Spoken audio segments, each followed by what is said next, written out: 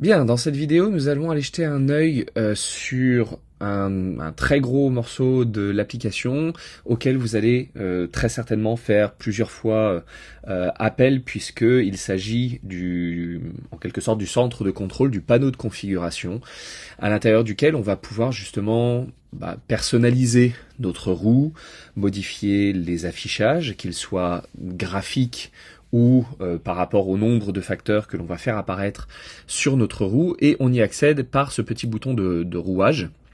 Voilà, ça s'appelle configuration. Et quand vous cliquez dessus, donc toujours pareil, dépendamment si vous êtes sur un ordinateur, tablette, téléphone ou autre, ça s'affichera soit en volet latéral, soit en pleine page. Et donc quand vous cliquez dessus, vous avez ceci qui apparaît.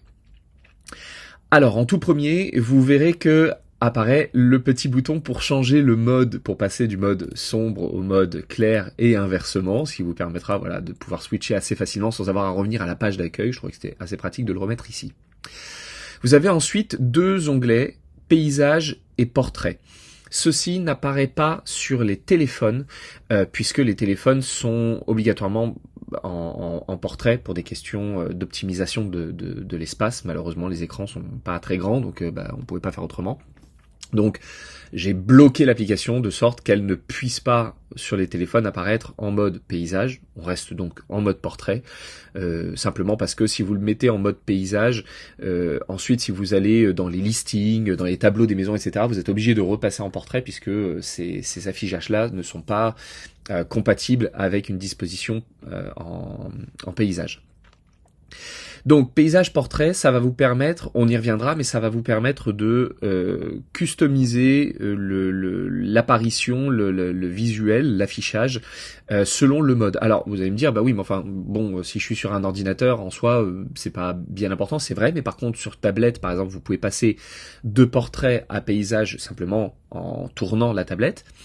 Et sur les ordinateurs, eh bien en fait vous pouvez passer aussi de paysage à portrait, simplement si vous réduisez la fenêtre, à un moment donné, quand elle devient suffisamment serrée et petite, l'empilement change et on n'est plus sur une disposition comme ça verticale, c'est-à-dire avec des éléments à gauche et des éléments à droite, mais vous allez vous retrouver avec donc une fenêtre plus petite évidemment, parce que vous allez limiter la taille en largeur, et alors vous allez avoir la roue qui sera petite au centre, vous aurez les molettes et le slider en haut, et en bas, vous aurez tous les autres boutons. Donc vous pouvez personnaliser pour le mode portrait et paysage pour les ordinateurs. La réalité est qu'en dans les faits, dans la pratique, vous serez quasiment toujours en paysage.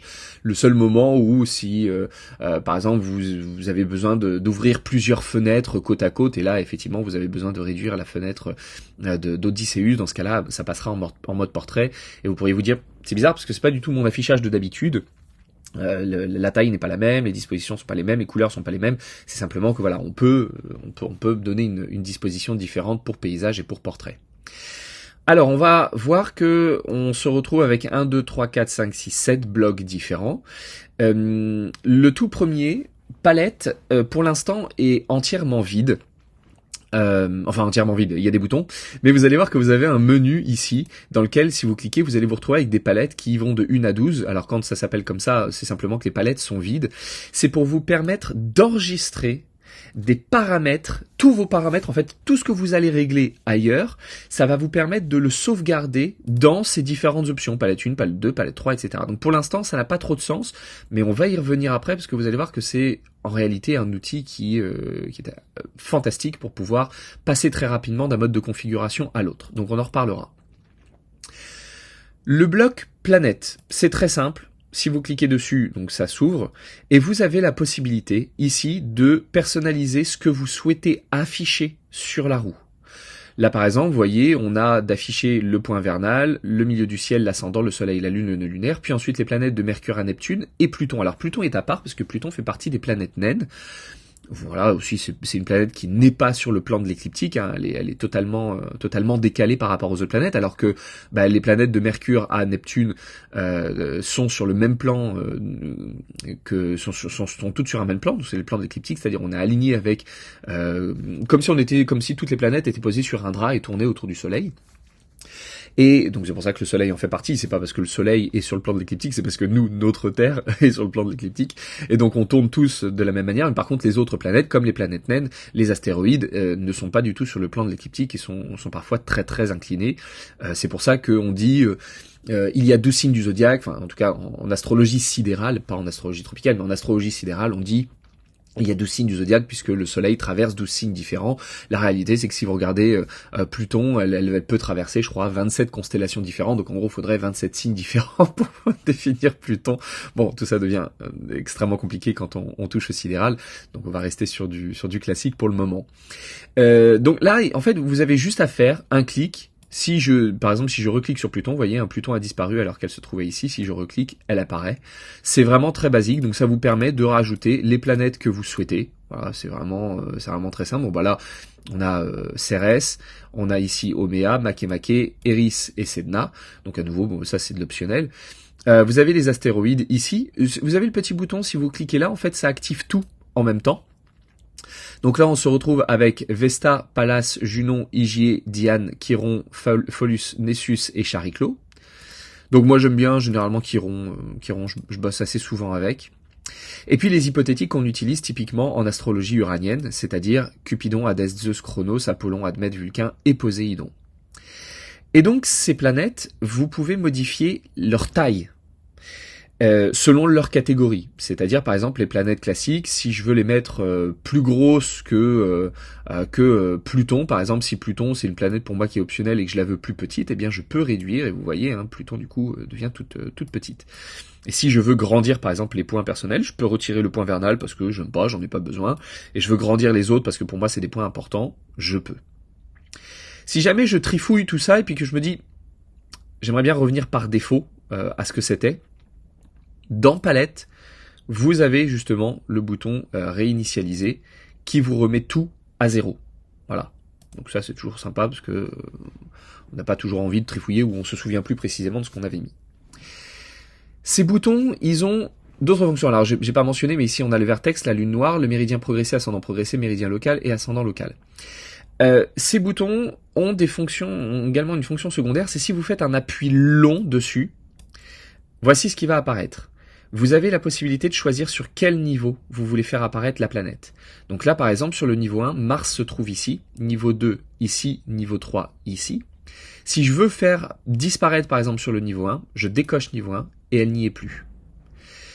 Si jamais je veux changer sa couleur, il y a la petite pastille ici de couleur. Si vous cliquez dessus, vous allez avoir tout un nuancier et vous pouvez mettre, je sais pas, par exemple, si moi je préfère que Mars soit en une espèce de rose un peu flashy, je peux le mettre comme ça. Je valide, et donc ma couleur va être changée. Alors, j'aurais peut-être dû prendre un truc un peu plus obvious, parce que forcément ça va pas se voir. Voilà, je l'ai passé en vert. Si je veux remettre la bonne couleur, je m'embête pas à aller chercher dans le nuancier, parce que parfois les couleurs ne sont pas présentes dans le nuancier, parce que ce sont des couleurs très spécifiques, alors que le nuancier est un dégradé logique en réalité, hein, basé sur les différents taux de saturation. Vous faites un appui long sur la pastille, et ça repasse dans la bonne couleur qui est déterminée par défaut. Sur certains points, comme par exemple le milieu du ciel, si vous faites un appui long sur le milieu, alors là le problème c'est que je suis sur une roue, ça va peut-être pas se voir, il faut que je retire le mode cuspide, voilà, parce que si on est en mode cuspide sur la roue 360Z, on a toutes les maisons qui apparaissent et le milieu du ciel apparaît comme un cercle et l'ascendant apparaît comme une flèche, hein, je vous le remets pour que vous puissiez voir. Voilà, vous avez l'ascendant qui apparaît comme une flèche et le milieu du ciel, voilà, qui apparaît comme un cercle. Si je retire le mode cuspide, ça apparaît comme un M et ça apparaît comme un A.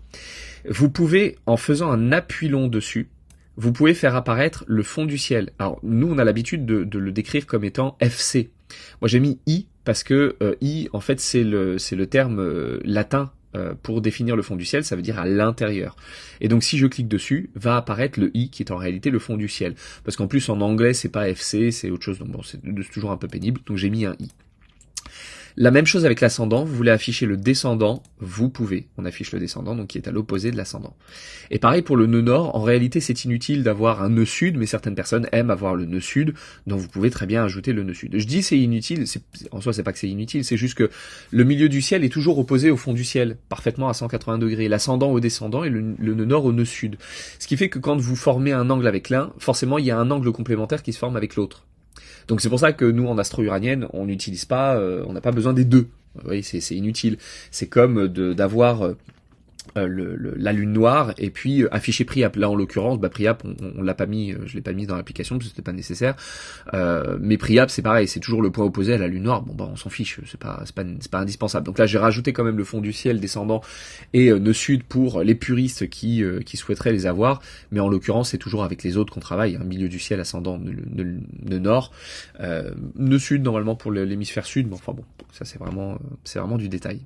Voilà, donc vous avez vos planètes que vous pouvez customiser, de la taille à la couleur, et puis si vous souhaitez les afficher ou pas.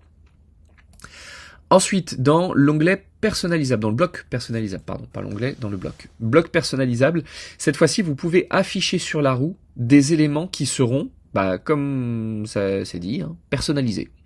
C'est-à-dire dans le premier bloc, vous avez tous les mi-points. Donc vous pouvez afficher différents mi-points. Donc 3, 6, 9, 12. À chaque fois, on peut en mettre 12. Vous cliquez d'abord sur l'un d'entre eux. Donc c'est toujours mis en mode défaut. C'est la petite étoile qui définit que pour l'instant, rien n'a été mis dessus. Et ensuite, vous avez le petit crayon. Si vous cliquez dessus, vous pouvez alors définir le mi-point que vous souhaitez mettre. Par exemple, si je veux mettre le soleil et la lune, le mi-point soleil-lune, je clique sur le premier, je choisis le soleil, puis le deuxième, je choisis la lune.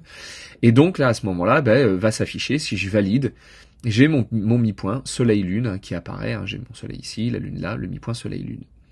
Mais je peux, si je le souhaite, ne pas afficher ça, mais je peux choisir un emoji. Et là, par exemple, moi, je décide que c'est le couple, donc je vais mettre une bague, parce que pour moi, c'est la notion du couple. Je valide, et cette fois-ci, ça apparaît comme étant une bague. Et quand vous placez votre souris dessus, vous voyez l'infobulle précise que c'est bien soleil-lune à l'intérieur, donc ce qui nous permet parfois de gagner un petit peu de place quand on a des formules un peu longues, ou de voir peut-être en un clin d'œil, si vous êtes habitué à mettre des symboles, pourquoi pas. Et puis ensuite, pour le désactiver, juste vous refaites un clic et ça disparaît. Le point sensible, c'est la même chose. Un point sensible, pour rappel, c'est toujours A plus B moins C. Donc ça, pour les amoureux de la part de fortune, vous pourrez très bien le mettre, ascendant soleil-lune ou ascendant lune-soleil. Donc pareil, vous cliquez dessus, vous allez le personnaliser. Et là, vous choisissez vos planètes. Donc, par exemple, je peux mettre ascendant plus soleil moins lune, si j'ai envie de faire un équivalent de part de fortune. Je valide et ça apparaît. On le voit ici, on le voit ici et on le voit ici. Et de même, si je veux mettre un emoji à la place et que, par exemple, je veux le symbole de la part de fortune, il y est, je valide. Et comme ça, j'ai ma petite part de fortune qui apparaît. Le dernier, c'est pour les degrés. Donc, si je valide et que je vais éditer, cette fois-ci, je peux choisir les degrés sur lesquels je veux faire apparaître quelque chose. Donc, par exemple, je veux voir 90 degrés. 90 degrés, c'est le 0 degré du cancer. Et puis, je vais aller chercher un emoji. Et puis, je vais mettre le signe du cancer pour savoir à quel endroit ça apparaît. Je valide et il apparaît bien, effectivement, à 90 degrés. Et toujours pareil, on peut bidouiller la taille. Voilà, vous êtes assez libre de faire ce que vous voulez. Donc, c'est toujours sympathique. Voilà, donc ça c'était pour les personnalisables.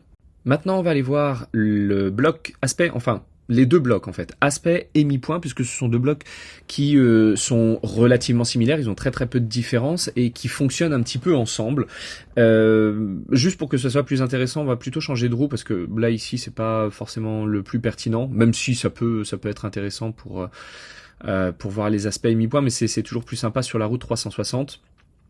Classique pour voir un petit peu ce qu'il en est. Puis je vais activer également l'outil mi-point, comme ça on va vraiment tout voir. Donc vous voyez, de base on a les aspects qui apparaissent en rouge et les mi-points qui apparaissent en bleu. C'est pour ça que si je clique quelque part, je vais essayer d'en trouver un qui soit assez clair. Ouais, voilà, ça fonctionne au mi-point aussi, donc c'est toujours un petit peu dommage.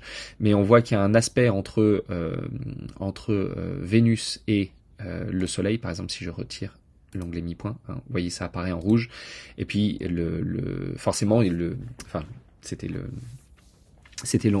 trait du mi-point qui se mettait par-dessus en bleu, simplement parce que là ici on utilise des petits aspects fins qui tombent fatalement au milieu. Tout est symétrique en astro-uranienne, donc s'il y a un aspect entre deux et que vous mettez votre flèche dessus, obligatoirement ça veut dire que l'une des autres flèches tombe sur le mi-point entre les deux planètes. C'est pour ça que les aspects sont aussi importants que les mi-points pour nous en astro-uranienne. Et on va aller voir donc ce qui se passe dans aspect et mi-point. On va commencer par les aspects.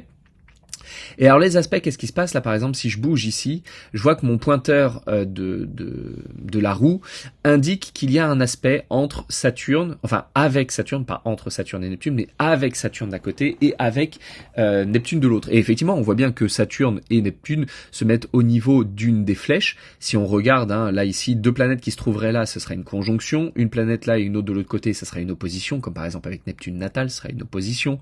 Là, ça serait un carré.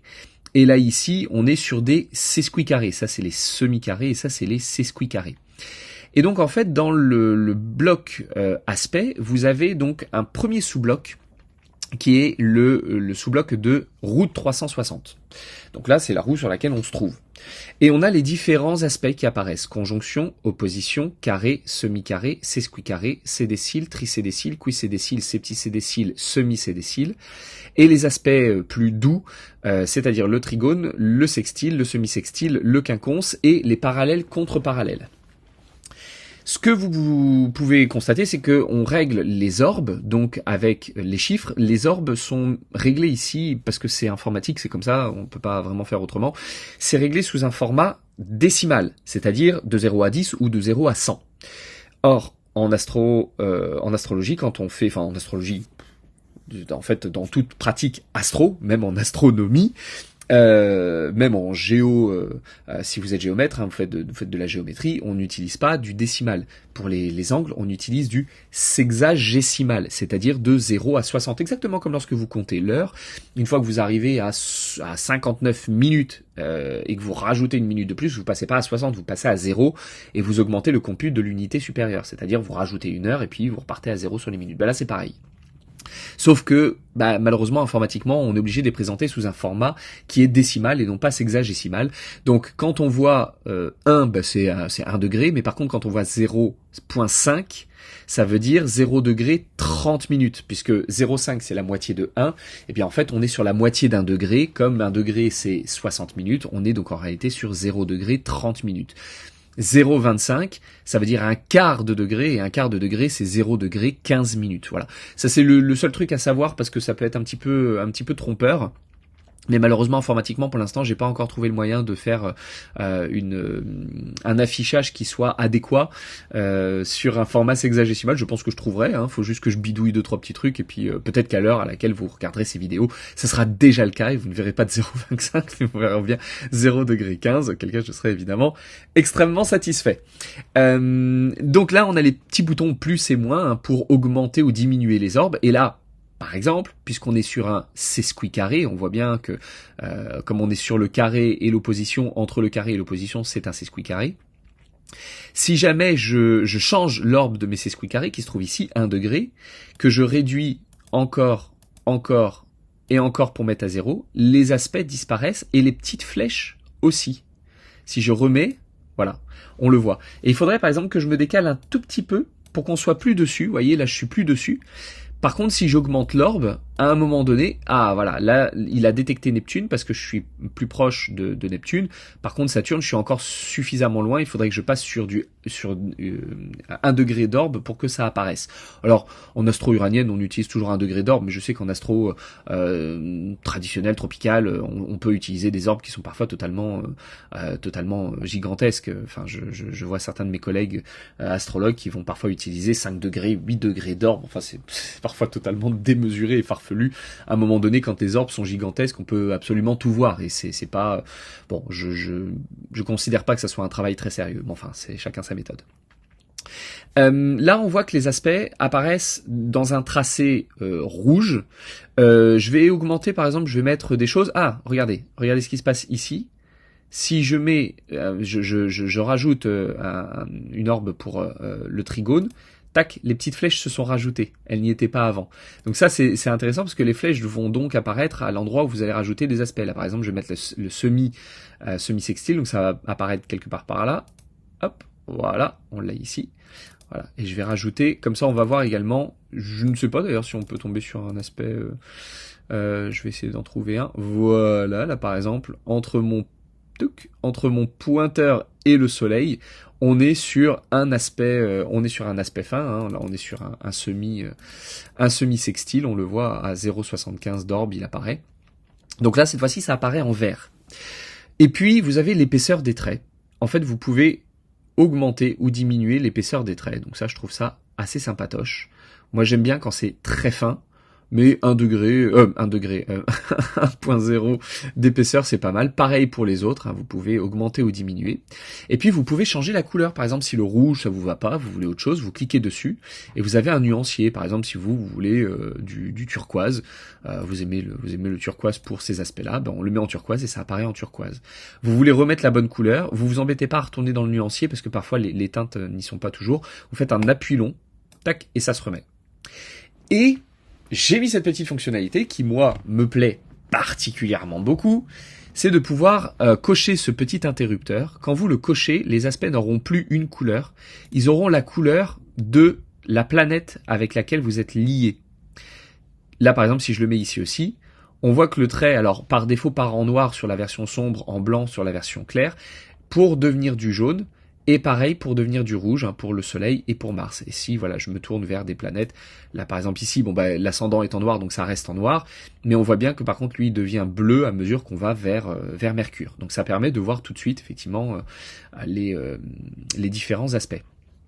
En tout cas, avec quelle planète c'est en relation. Je peux peut-être retirer pour l'instant l'outil mi-point parce que c'est un peu le merdier. Voilà.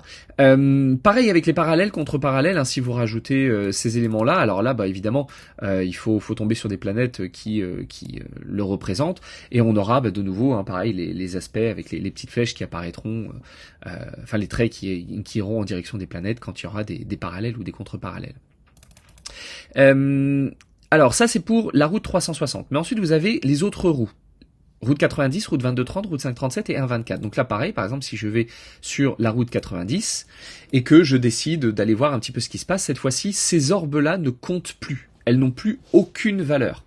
Ça n'est plus du tout la même chose, puisque sur les routes 90 et inférieures, on ne mesure plus sous un format d'angle, mais sous un format de croix. C'est-à-dire la croix ou la demi-croix ou la contre-croix, qui sont en réalité les petites... en fait, c'est une double contre-croix, il y en a deux en même temps, qui sont vraiment les aspects les plus fins.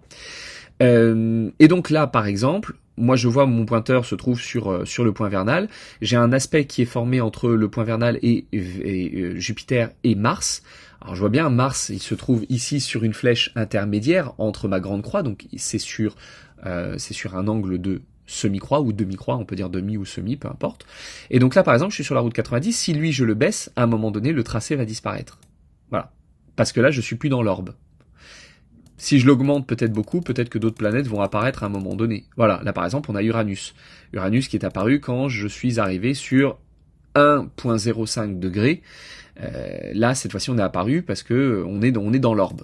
Donc si je le réduis, à un moment donné, effectivement, ça ne va plus apparaître. Donc ça, ce sont des orbes qui sont à régler avec parcimonie. Il faut éviter de faire des orbes absolument démesurés, parce que sinon, ça n'a aucun sens. Et puis on capte tout, et puis vous avez des milliards de traits qui apparaissent de partout, et ça n'est absolument pas significatif. Là, ici, on a Jupiter qui est sur, cette fois-ci, sur une contre-croix, parce qu'on est sur une toute petite flèche. Donc si je diminue ici, à un moment donné, hop, voilà, ça disparaît, on n'a plus Jupiter, parce qu'on est sur des aspects vraiment très très fins, donc il faut des orbes qui soient extrêmement serrés. Donc vous avez ça pour cette roue-là, mais vous avez la même chose pour la route 2230, 537, 124. À chaque fois, il faut régler. Et voyez, moi, par exemple, en réalité, là, je suis sur les paramètres par défaut. Ça, c'est mes paramètres par défaut. À partir de la route 2230, ça, et ça, pour moi, c'est 0. Voilà, moi, je mets 0 partout.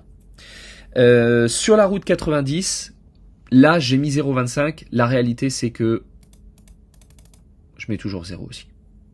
Voilà. Moi ma base c'est 1 degré pour la route 90, c'est 1 degré sur la croix et 0 degré 30 minutes sur la semi-croix, la demi-croix. Et c'est déjà en réalité un peu trop. Normalement pour être parfaitement plus aligné, il faudrait être plutôt sur du 0,25. Bon, pour des raisons un petit peu complexes, je vais pas rentrer dans le détail maintenant parce que c'est pas la peine, puis c'est pas du tout le sujet.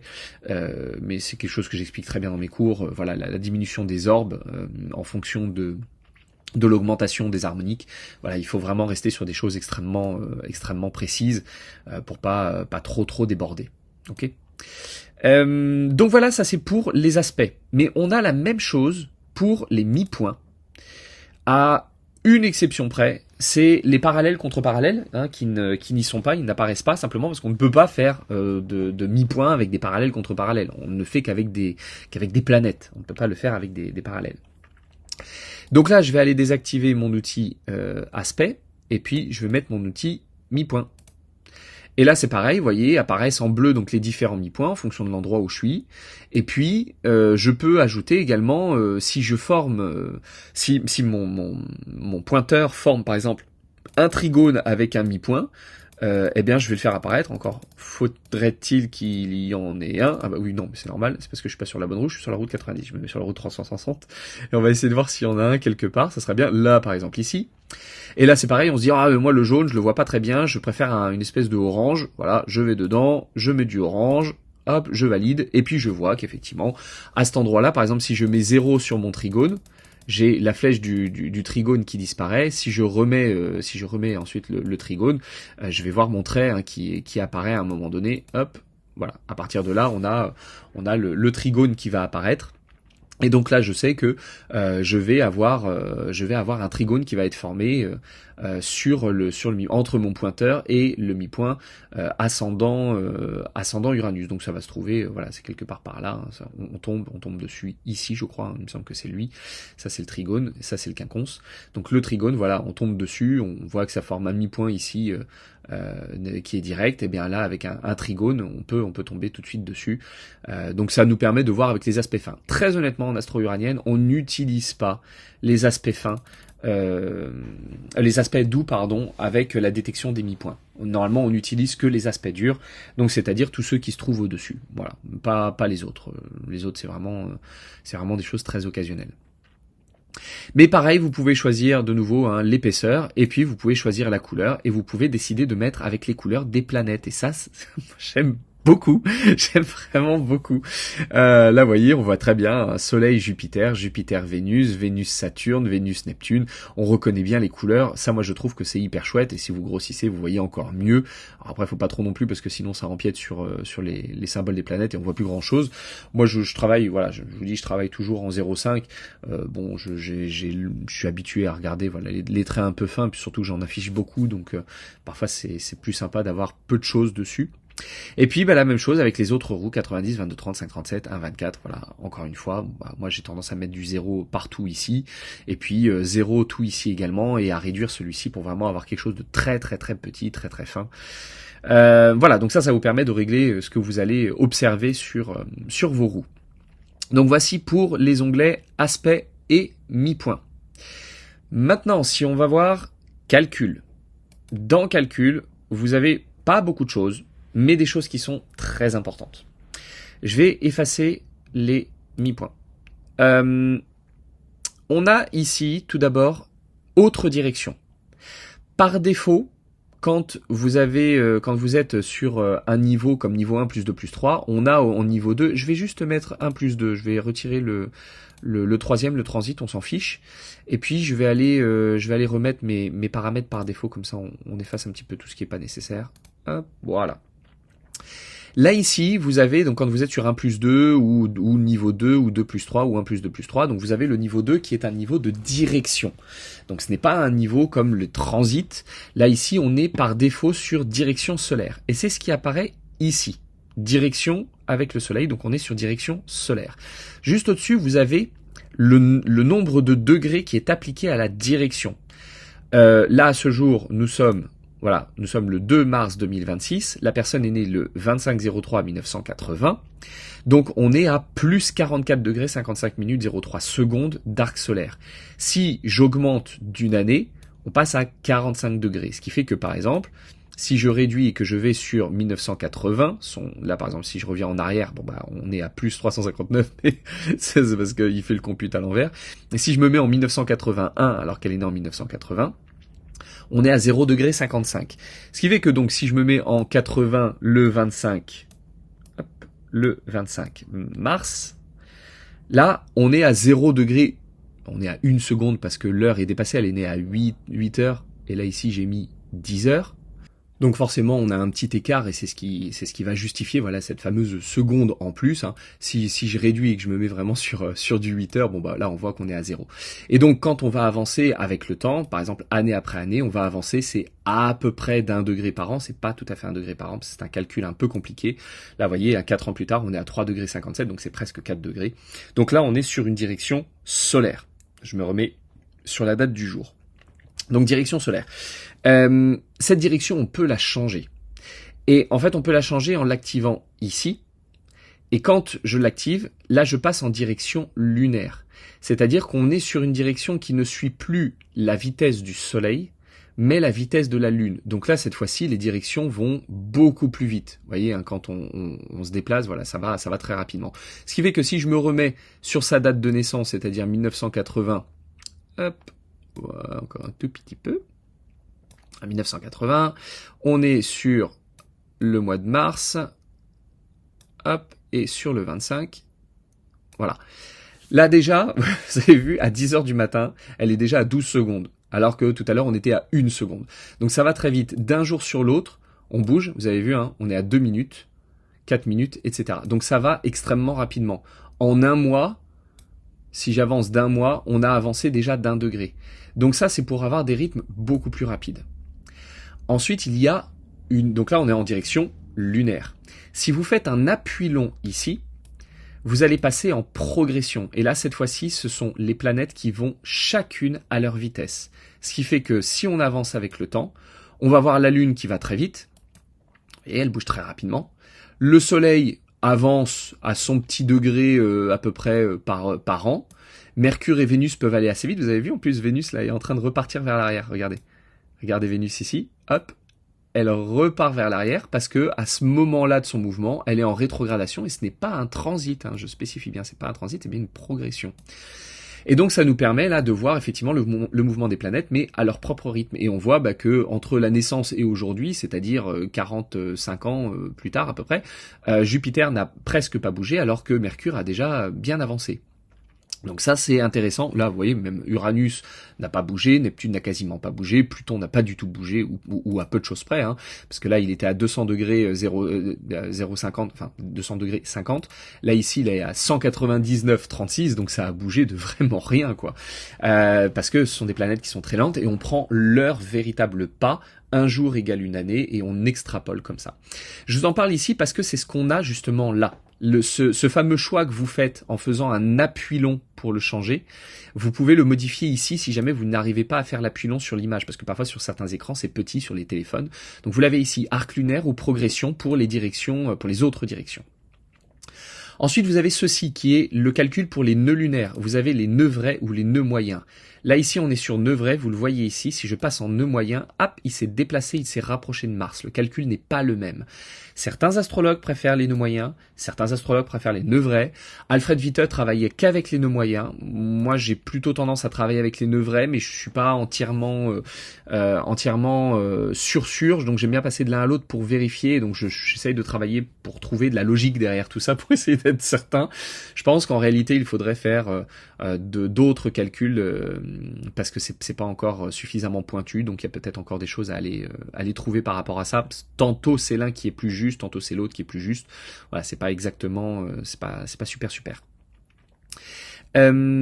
Ensuite, on va, alors je vais d'abord pas changer, je vais rester dessus et on va parler de ça. Je vais me mettre avec le mode cuspide. Vous savez, le mode cuspide, c'est ce qui nous permet de voir les maisons.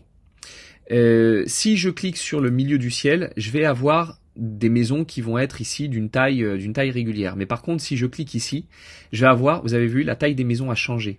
Parce que cette fois-ci, je suis sur des maisons de 2 heures de rectascension. C'est le fameux calcul qu'on utilise en astro-uranienne pour avoir les maisons précises du milieu du ciel. Elles ne font pas 30 degrés chacune, elles ont un nombre de degrés un tout petit peu différent, donc c'est pas énorme, hein, ça entre 28 et 31 ou 32, un truc comme ça.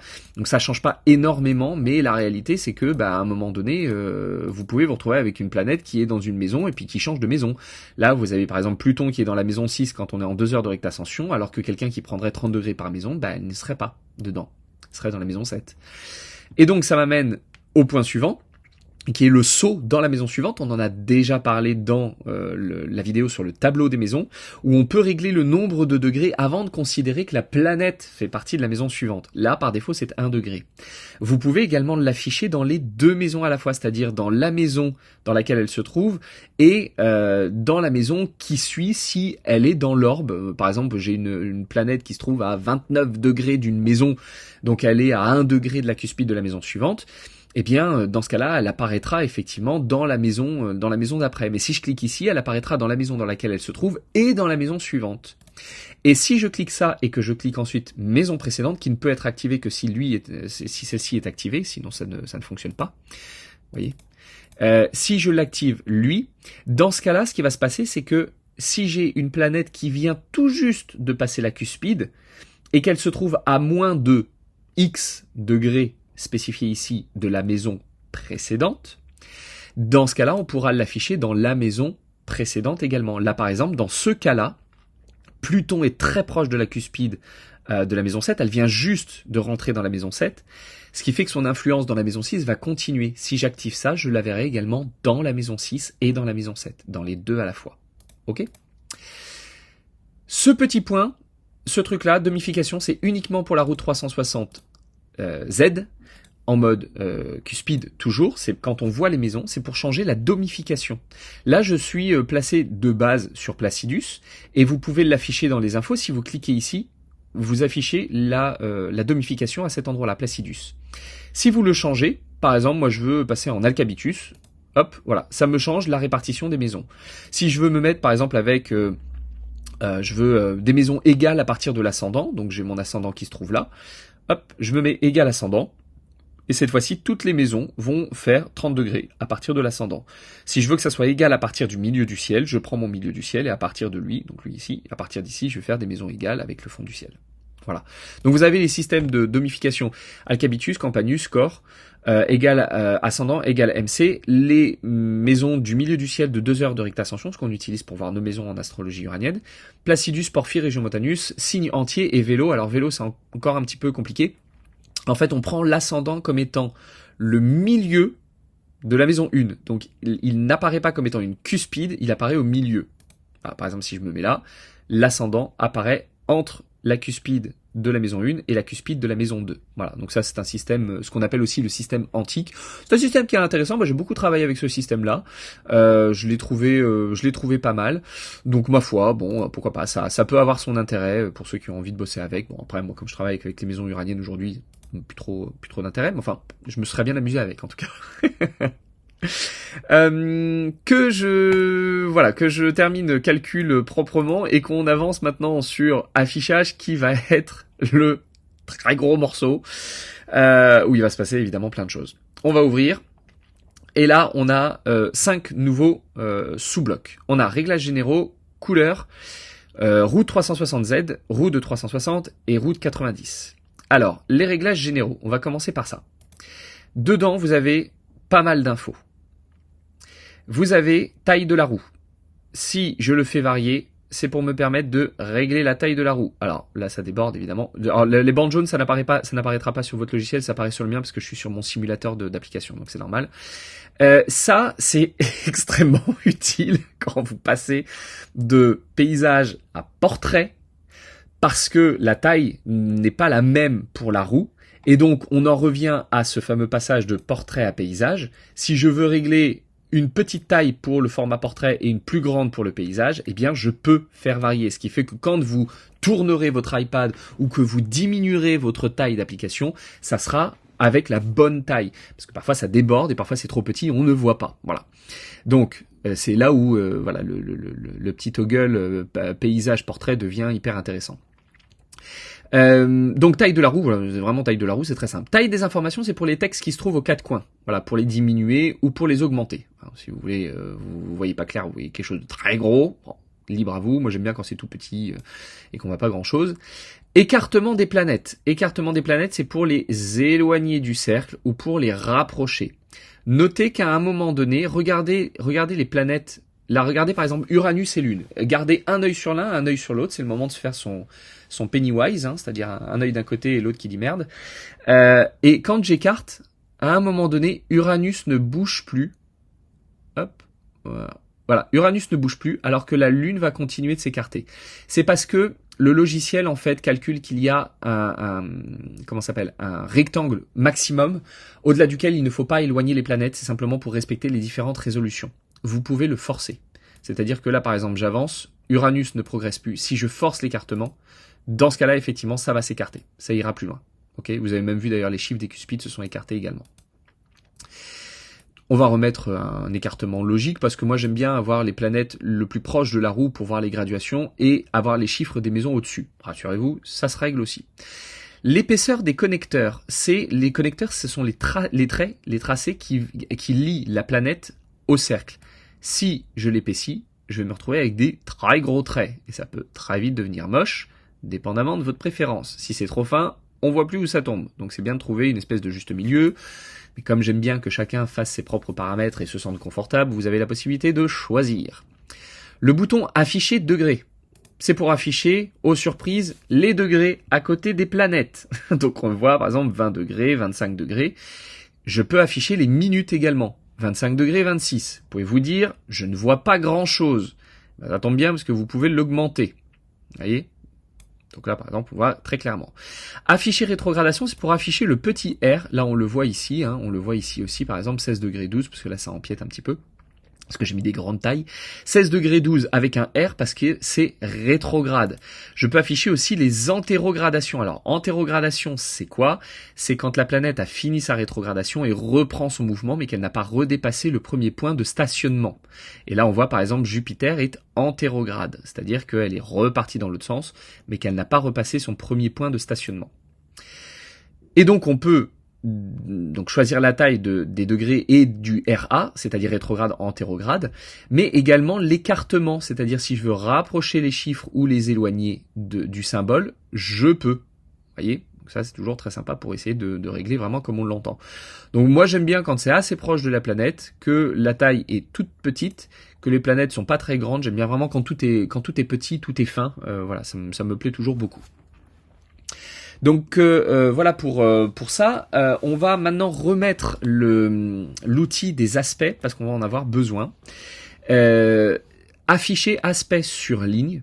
Si vous l'activez, le symbole de l'aspect qui est formé apparaît.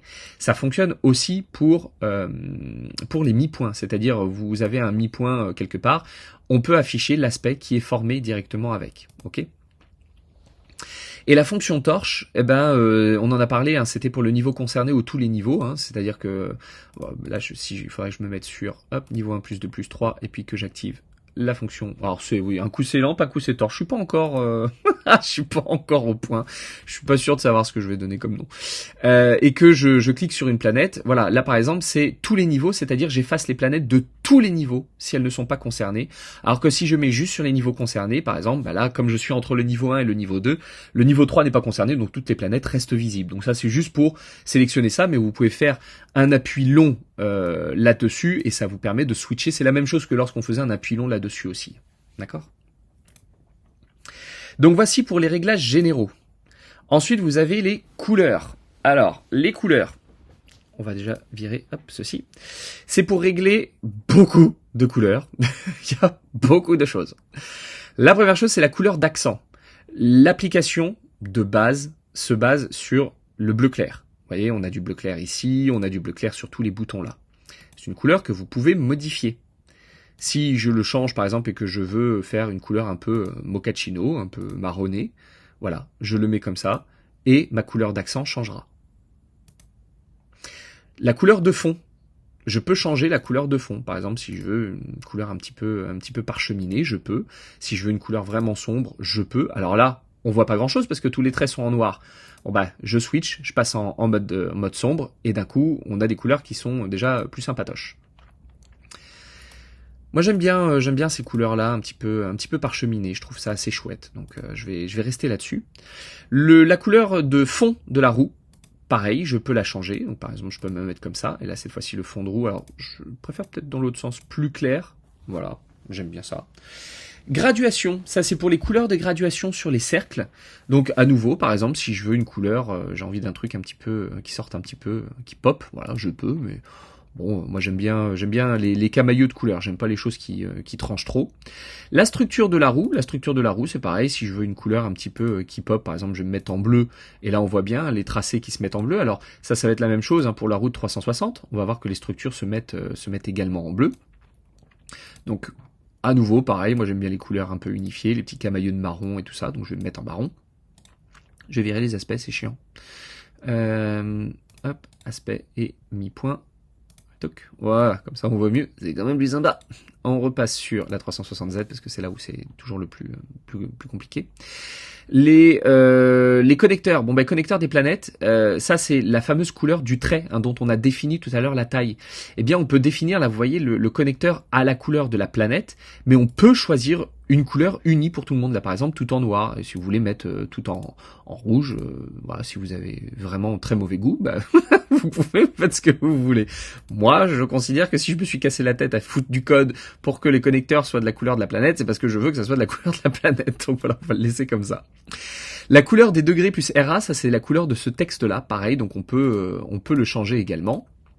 Voilà, donc c'est très joli puisqu'on ne voit rien. À nouveau, un appui long et ça permet de réinitialiser. Et la couleur des informations, la couleur des informations, c'est pareil, le texte qui se trouve aux quatre coins. Si vous voulez le changer de couleur, vous pouvez. Ensuite, couleur 360Z, ça c'est vraiment typiquement pour cette roue-là. Ça, c'est pour les couleurs des signes du zodiaque. Si vous voulez cliquer ici, vous avez le pop-up qui apparaît, vous pouvez sélectionner la couleur. Par exemple, je peux mettre un rouge pour le bélier. On voit, le bélier est passé en rouge. Mais peut-être que je veux une couleur blanche, par exemple. Je veux un blanc pour le signe et je veux une couleur de fond pour le signe. Et bien là par exemple c'est du taureau, moi je le mets en orange, voilà, et d'un coup il apparaît comme ça, ce qui fait qu'en fait je peux faire un cercle du zodiaque totalement coloré si je le souhaite. Ok, donc ça c'est toujours sympa. Un appui long et c'est réinitialisé comme d'habitude. Ensuite Cuspide. Alors il y a pas mal de choses. C'est pareil, on va voir ces trucs là parce qu'elles sont hyper importantes aussi. Cuspide naturel, ce sont les couleurs, je vais vous mettre une couleur rouge pour qu'on puisse voir, c'est les couleurs des petits triangles et des symboles des cuspides. Donc là en l'occurrence, bon voilà, c'est les petits triangles et puis le demi-cercle ou le cercle complet, la tête de flèche, enfin la queue de flèche et la tête de flèche. Voilà, donc ça vous permet de customiser cette couleur là. Le connecteur des cuspides, c'est le trait qui relie les cuspides.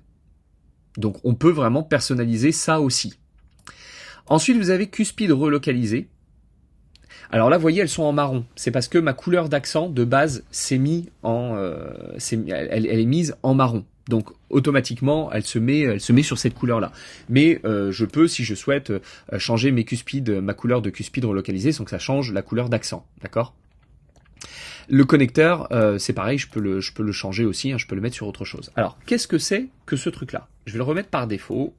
Voilà, on va remettre par défaut. Et je vais remettre également ma couleur d'accent par défaut, comme ça on garde tout tel que c'est, sur la base si vous ne changez pas les couleurs de rien. On a cuspide relocalisé, connecteur cuspide relocalisé, puis cuspide quotidienne et connecteur cuspide quotidienne. Pour comprendre ce que c'est, il va falloir aller dans le tableau des maisons. Le tableau des maisons, c'est quelque chose qu'on avait déjà vu justement pour voir un petit peu le contenu de ce qui se trouvait dans les signes et dans les maisons. Donc là, on est sur roue 360Z, mais on a un équivalent hein, pour les autres roues, vous le savez. Enfin, du moins pour la roue 360 classique. Et quand on clique dessus, vous avez vu apparaît alors l'ascendant progressé et le méridien progressé. Milieu du ciel progressé, peu importe. On a aussi le milieu du ciel local et ascendant local qui sont censés apparaître quand la ville de naissance est relocalisée. Donc là, par exemple, si je vais lui changer sa ville et qu'on va remettre, par exemple, Ponta, parce que j'aime bien cette ville. Voilà, donc là, les transits ont bougé puisqu'ils se calent, les transits sont toujours calés sur la ville relocalisée. Et qu'ensuite, je vais dans Tableau des maisons, on fait l'affichage du méridien local et ascendant local hein, pour chacun des niveaux. Et ensuite, je peux activer ou non les maisons relocalisées et les maisons quotidiennes. Et par exemple, si je clique sur maisons relocalisées, on voit apparaître alors des nouvelles cuspides avec une autre couleur, qui est la couleur d'accent, justement, qui nous permettent de voir cette fois-ci les maisons qui sont à partir des points relocalisés. C'est-à-dire que là, on a l'ascendant, lui c'est l'ascendant naturel, et ça c'est l'ascendant relocalisé. Donc on peut voir la différence entre les maisons qui sont celles de base. Par exemple, là, la maison 1 en vivant à Paris contenait Vénus, alors qu'en étant relocalisée, la maison 1 cette fois-ci contient le Soleil. Donc ça nous permet de voir la différence. Et si je fais maison quotidienne, bon, là, je peux le retirer si je veux, si je mets maison quotidienne, cette fois-ci je suis basé sur le méridien progressé et l'ascendant progressé pour baser mes maisons. L'ascendant naturel de transit est ici, mais l'ascendant progressé est ici. Milieu du ciel de transit est ici, milieu du ciel progressé est ici. Et évidemment, tout ça avance à des vitesses totalement différentes, puisque le méridien progressé avance d'à peu près globalement 1 degré par jour, puisqu'il fait 361 degrés dans l'année, donc à peu près 1 degré par jour, alors que lui, il fait le tour complet en un jour. Donc c'est un petit peu différent. Donc ça vous permet de voir tout de suite les différences entre les maisons. Alors évidemment c'est toujours un petit peu brouillon parce qu'il y a beaucoup de choses, mais on peut pas faire non plus beaucoup plus clair. Donc après ce sont des usages qui sont ponctuels. Donc je pense que vous vous y ferez et chacun s'y fera si vous en avez usage ou pas. Voilà, on va revenir dans les configurations. Et puis on va continuer. Donc chiffre maison, ça c'est pour changer la couleur des chiffres ici. On peut pas changer celle des autres, des relocalisés et des quotidiennes, puisque c'est défini par la couleur que vous avez choisie pour les cuspides relocalisées et les cuspides quotidiennes. Donc ça on les laisse telles quelles. Mais si vous souhaitez changer la couleur des chiffres pour mettre autre chose, vous voulez mettre justement un rouge, vous pouvez très bien mettre un rouge, il n'y a pas de problème. Un appui long et ça se remet par défaut. Ensuite, dans l'uranien, hop, donc dans la roue 360, hop, je vais juste virer la lampe torche, on n'en a pas besoin, puis je vais me mettre en cuspide, je suis déjà en cuspide, donc c'est parfait. Hop, on va là-dessus. On peut changer la couleur des signes du zodiaque, donc ceux-là, toujours pareil, pas de différence, on change les signes, là pour l'instant ils sont en noir, bon, je voulais changer la couleur, vous changez la couleur. Les chiffres des maisons, ils sont de base avec, alors quand vous cliquez dessus, vous voyez qu'on a le texte par défaut, donc c'est-à-dire le texte, le chiffre quand on n'est pas sur une planète, donc c'est en noir par défaut. Mais si je me mets sur un point spécifique, les couleurs sont faites de manière à ce que vous puissiez voir les reflets entre les maisons. Mais si ces couleurs ne vous vont pas, vous pouvez les changer. Reflet 1, 2, 3, 4, 5, 6, 7, parce qu'on a au maximum cette couleur, c'est ce qu'on voit ici. 1, 2, 3, 4, 5, 6 et 7. Parfois pour d'autres planètes c'est moins, par exemple ici on n'en a que 6. On a le rouge, orange, jaune, vert, bleu et indigo. Donc voilà, ça peut être 6 ou 7 selon le point qu'on vise. Mais ça, ces couleurs-là, vous pouvez effectivement les modifier aussi si vous souhaitez mettre autre chose. La couleur de la flèche principale, c'est pour changer cette flèche-là. Par exemple, si cette couleur de rouge ne vous va pas, que vous voulez un truc un petit peu plus trash, vous pouvez le changer. Il n'y a pas de problème. Flèche secondaire, c'est pour, c'est les autres flèches, c'est-à-dire les petites en noir. Graduation de la roue, c'est pour les graduations internes donc de notre roue. Le cercle aspect. Alors le cercle aspect, c'est alors là évidemment c'est quelque chose qui n'est pas affiché pour l'instant sur la roue, mais en fait sur les anciennes roues uraniennes, on affichait des petites bulles aux différents endroits où il y avait des aspects avec le symbole dedans. Donc pour le voir, il faut d'abord l'activer, donc il faut aller dans roue 360. Donc je fais juste un petit sursaut, hop, voilà, tac. On n'a rien vu. Et donc là, cette fois-ci, on a les bulles avec les différents aspects dedans. Et donc ça, on peut changer la couleur du cercle. Par exemple, si je veux le passer en rouge, voilà, je peux. Si je veux changer le symbole à l'intérieur, je peux aussi. Que c'est magnifique, c'est super beau. Voilà, donc vous ferez ce que vous voudrez. Par exemple, vous mettez une jolie couleur cacao. C'est toujours très sympa et c'est joli.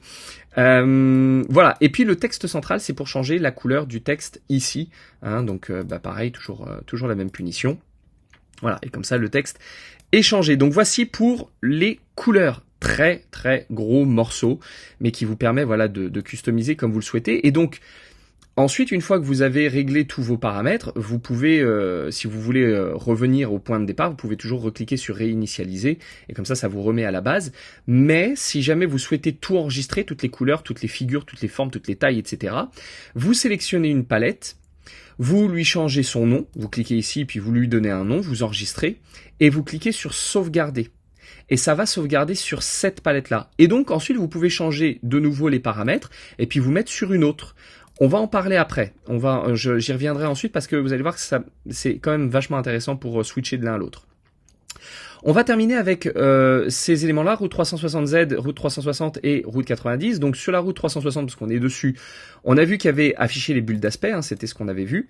On peut changer aussi 360 ou 30 degrés par signe pour afficher plutôt par 30 degrés par signe. Alors c'est ce qu'on peut faire aussi avec un appui long sur le texte au centre. Hein, le texte central a deux fonctions. Hein. Un appui long et vous pouvez switcher comme ça, ou vous faites un double clic et vous tapez le degré sur lequel vous voulez vous mettre et la roue il va tout de suite. Hein. Par exemple si je veux mettre sur 100 degrés 26, tac voilà, il va se mettre tout de suite dessus. Et effectivement je suis bien sur 100 degrés 26. Et donc ça vous pouvez le changer ici si jamais vous avez du mal à faire l'appui long au centre. C'est quelque chose que vous pouvez faire ici. Conserver affichage des signes, ça c'est uniquement si vous souhaitez, quand vous êtes en mode cuspide, si vous voulez toujours afficher les signes, même lorsque vous n'êtes pas sur le point vernal. Parce que c'est quelque chose qu'on utilise quand on fait vraiment les techniques d'Alfred Witte.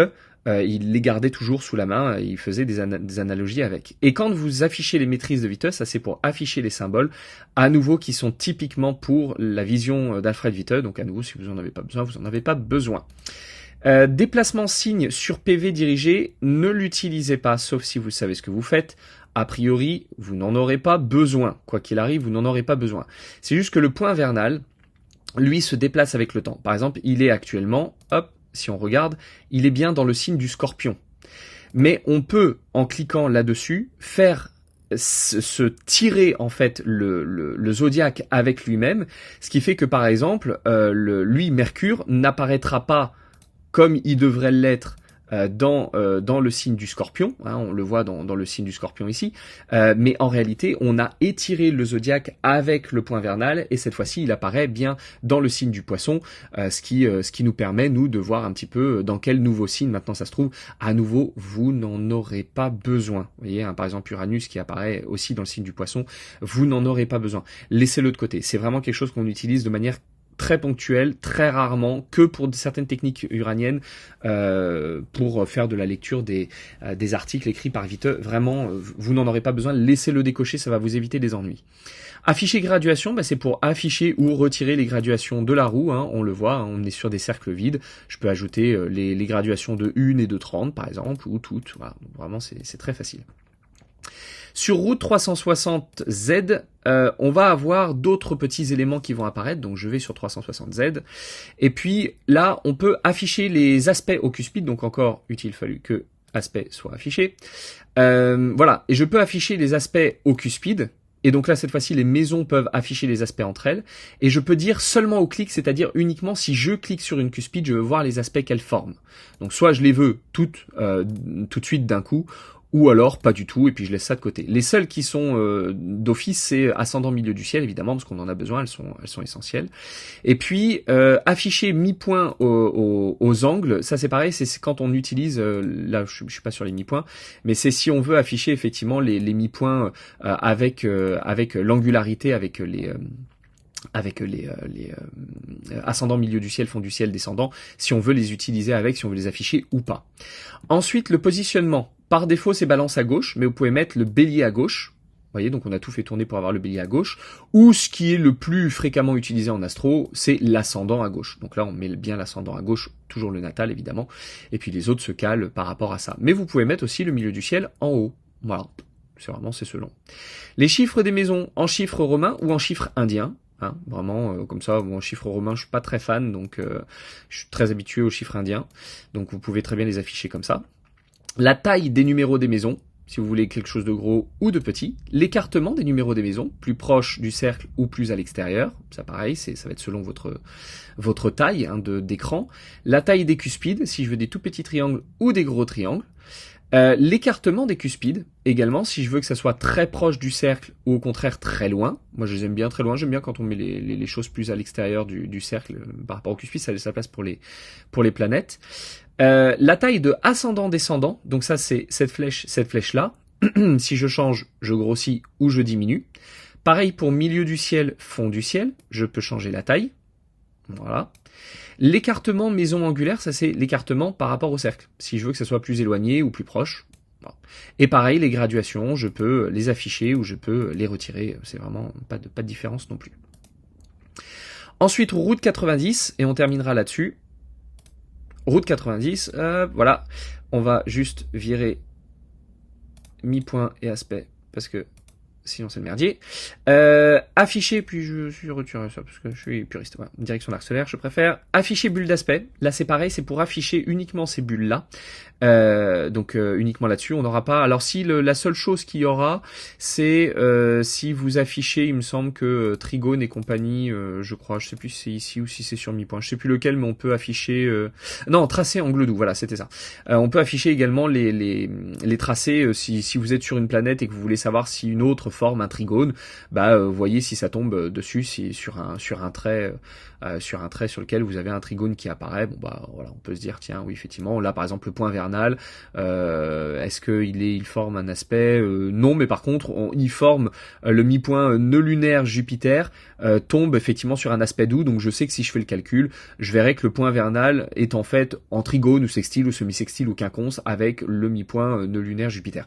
Ça c'est quasiment jamais utilisé en astro uranienne puisqu'on n'utilise pas les aspects doux, mais si jamais vous souhaitez les utiliser, vous pouvez les utiliser, et si vous n'en avez pas besoin, vous n'en avez pas besoin. Donc je termine avec les palettes. Les palettes, ça vous permet donc de customiser tout votre roue, les couleurs, les tailles, etc.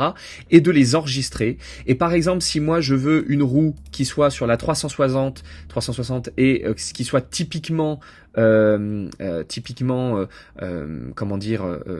faite pour de l'astro classique, c'est-à-dire sans laisser des cils, j'en veux pas parce que je les utilise pas. Par contre, je vais utiliser les trigones.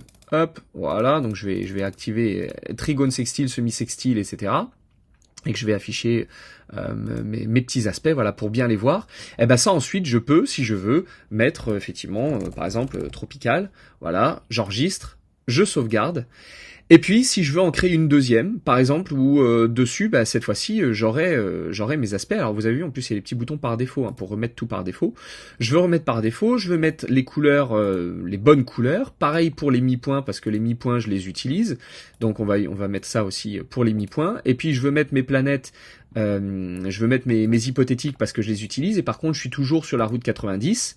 Et ben là, je peux enregistrer un deuxième, que je vais par exemple appeler 90 degrés, j'enregistre, je sauvegarde, et ensuite je peux passer d'une palette à une autre, soit avec un clic droit, j'ai palette ici, et je peux passer de l'une à l'autre, et donc j'ai tous mes paramètres qui sont conservés, ou alors je peux faire un appui long, ici sur configuration, et j'ai mon pop-up, soit pour réinitialiser, tout revenir à la base telle que c'est avec les configurations classiques de base, ou alors simplement pour switcher de palette, je veux repasser sur Tropical, je peux repasser sur Tropical. Donc soit clic droit si vous avez une souris, soit un appui long là-dessus. Et donc dans ce cas-là, même si vous mettez, vous savez, les personnalisables, c'est-à-dire ici, vous rajoutez des mi-points, vous rajoutez des degrés, des points sensibles, que sur une roue particulière, vous enregistrez tout ça dans une palette, et puis ensuite, ça vous permet de pouvoir passer d'une configuration à l'autre. Très rapidement, c'est quelque chose que moi j'utilisais beaucoup quand je faisais des roues typiques pour la santé, des roues typiques pour l'amour, etc. Voilà, tout ça c'est très utile. Et après, vous pouvez sauvegarder, vous pouvez charger, vous pouvez supprimer une palette, vous pouvez réinitialiser et puis ensuite repartir depuis la base, importer et exporter des palettes si vous voulez les sauvegarder sur votre ordinateur parce que vous faites un changement d'ordi et que vous voulez pas les perdre, ou que vous voulez les envoyer sur votre téléphone, vous pouvez aussi les envoyer sur votre téléphone pour retrouver les mêmes paramètres. Et vous pouvez aussi copier-coller. Copier-coller, ça c'est quand on veut tout sauvegarder et qu'on veut les coller ensuite sur le mode portrait pour pas avoir à tout remettre, ou inversement, vous prenez tout du mode portrait puis vous allez les copier sur le mode paysage, vous pouvez le faire avec ces boutons-là. Pardon, très longue vidéo, mais c'est vraiment un énorme bout extrêmement important parce qu'à partir de là, vous allez pouvoir effectivement configurer tout le logiciel. C'est un gros travail, mais je pense que le jeu en vaut la chandelle.